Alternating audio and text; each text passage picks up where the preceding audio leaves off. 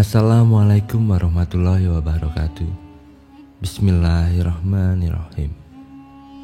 Pada video kali ini akan mengulas pembahasan mengenai Raja Zulkarnain, yang mana kisah-kisah Raja Zulkarnain sangat erat terkait dengan peristiwa dan sosok-sosok akhir zaman.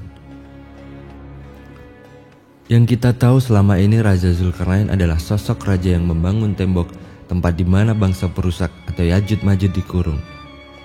Dalam catatan sejarah, beberapa disebutkan bahwa Raja Zulkarnain adalah Alexander the Great atau Raja Cyrus. Ketika baginda Nabi Muhammad SAW telah menyatakan dirinya sebagai Rasul, sebagaimana Nabi Musa dan Nabi Isa diutus Allah untuk menyuruh kepada ajaran monoteisme atau Tuhan yang satu peninggalan Nabi Ibrahim, maka para rabi atau rahib Yahudi melakukan uji validitas kerasulan Muhammad dengan mengajukan 3 pertanyaan. Yang mana 3 hal ini hanya bisa dijawab dengan benar oleh Rasul atau utusan Allah. Jika Nabi Muhammad bisa menjawabnya, maka benar beliau adalah utusan Allah sebagaimana Musa dan Isa. 3 pertanyaan tersebut adalah tentang sekelompok pemuda yang mengasingkan diri dari kaumnya. Kemudian tentang pengembara yang mengadakan ekspedisi ke ujung barat dan ke ujung timur, dan tentang ruh. Allah Subhanahu wa Ta'ala kemudian menurunkan wahyu kepada Nabi Muhammad SAW untuk menjawab 3 pertanyaan tersebut dalam surah Al-Isra dan surah Al-Kahfi. Pengembara yang melakukan ekspedisi ke ujung barat dan ujung timur itu disebutkan dalam surah Al-Kahfi sebagai Zulkarnain.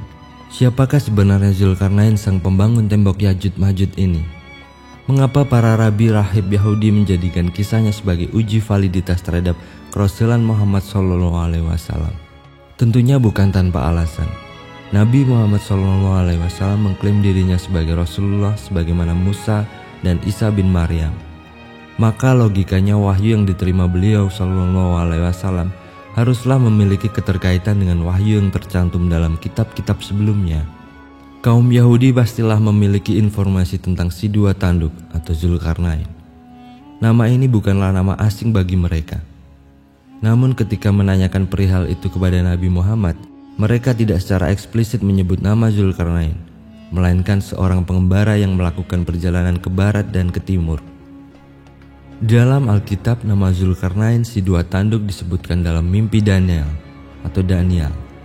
Pembahasan mengenai Nabi Daniel akan kami ulas di video lain. Berikut adalah kutipan ayat Alkitab tersebut, Daniel ayat 1-4. Pada tahun ketiga pemerintahan Raja Belsyazar, nampaklah kepadaku, Daniel, suatu penglihatan sesudah yang tampak kepadaku dahulu itu. Aku melihat dalam penglihatan itu, dan sementara aku melihat, aku berada di Puri Susan, yang ada di wilayah Elam. Dan aku melihat dalam penglihatan itu, bahwa aku sedang di tepi sungai Ulai. Aku mengangkat mukaku dan melihat tampak seekor domba jantan berdiri di depan sungai itu. Tanduknya 2 dan kedua tanduk itu tinggi, tetapi yang satu lebih tinggi dari yang lain. Dan yang tinggi itu tumbuh terakhir. Aku melihat domba jantan itu menanduk ke barat, ke utara, dan ke selatan. Dan tidak ada seekor binatang pun yang tahan menghadapi dia. Dan tidak ada yang dapat membebaskan dari kuasanya. Ia berbuat sekehendak hatinya dan membesarkan diri. Kalimat a ram with 2 horns, domba jantan dengan 2 tanduk. Dalam mimpi Nabi Daniel ini selanjutnya dengan jelas disebutkan dalam ayat ke-20. Malaikat Jibril menjelaskan kepada Nabi Daniel mengenai takwilnya. Daniel ayat 15-22. Sedang aku Daniel melihat penglihatan itu dan berusaha memahaminya, maka tampaklah seorang berdiri di depanku, yang rupanya seperti seorang laki-laki. Dan aku mendengar dari tengah sungai Ulai itu suara manusia yang berseru, Gabriel, buatlah orang ini memahami penglihatan itu. Lalu datanglah ia ke tempat aku berdiri, dan ketika ia datang, terkejutlah aku dan jatuh tertelungkup.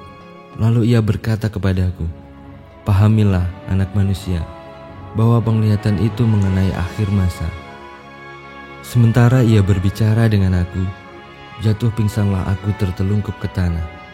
Tetapi ia menyentuh aku dan membuat aku berdiri kembali. Lalu berkatalah ia, kuberitahukan kepadamu apa yang akan terjadi pada akhir murka ini, sebab hal itu mengenai akhir zaman. Domba jantan yang kau lihat itu dengan kedua tanduknya ialah raja-raja orang Media dan Persia. Dan kambing jantan yang berbulu kesat itu ialah raja negeri Yunani.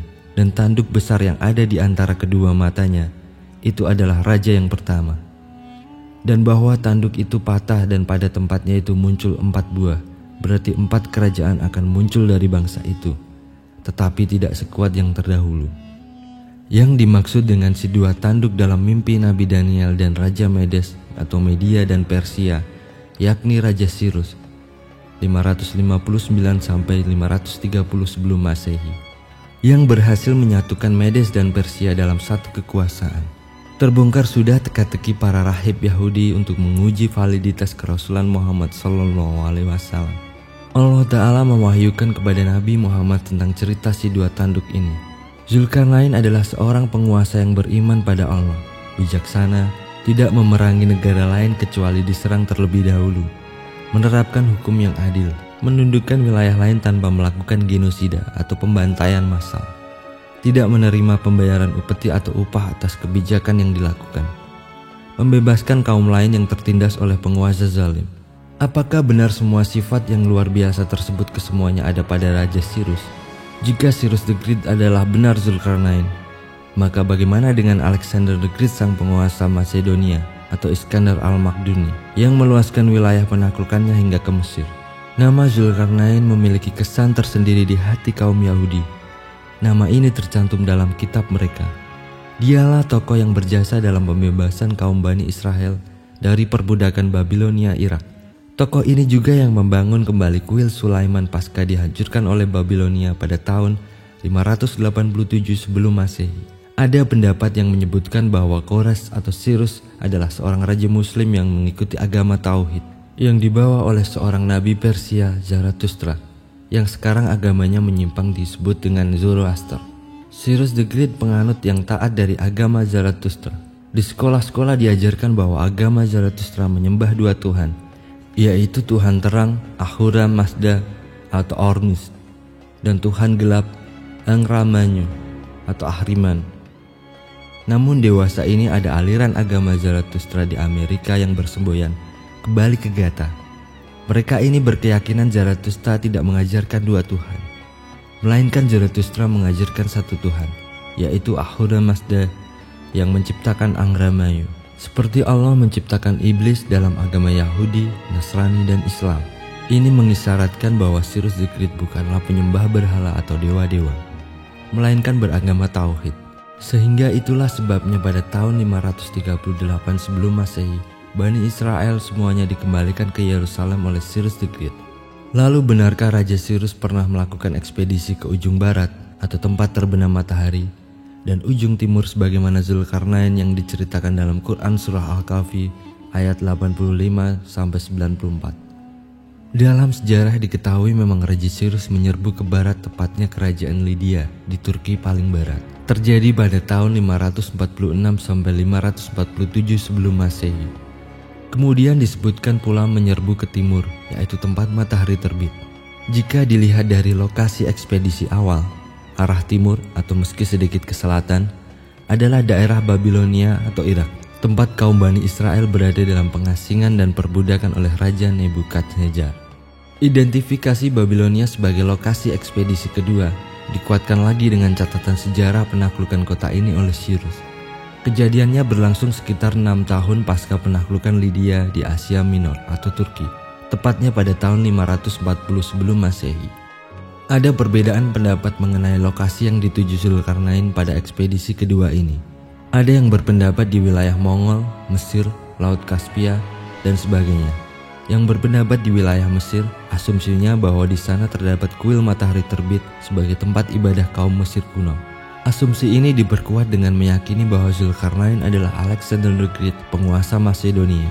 Dalam bahasa Arab disebut Iskandar al-Makduni, yang meluaskan wilayah penaklukannya hingga ke Mesir. Namun untuk menentukan hubungan antara Alexander dengan kaum Bani Israel akan berujung pada sebuah kejanggalan. Alexander bukanlah pahlawan bagi kaum Bani Israel, dan namanya tidak seharum Cyrus, meski keduanya sama-sama memiliki gelar The Great. Lalu disebutkan di ekspedisi berikut wilayah Armenia di kaki pegunungan Kaukasus pada tahun 537 sebelum Masehi. Kemudian diketahui bahwa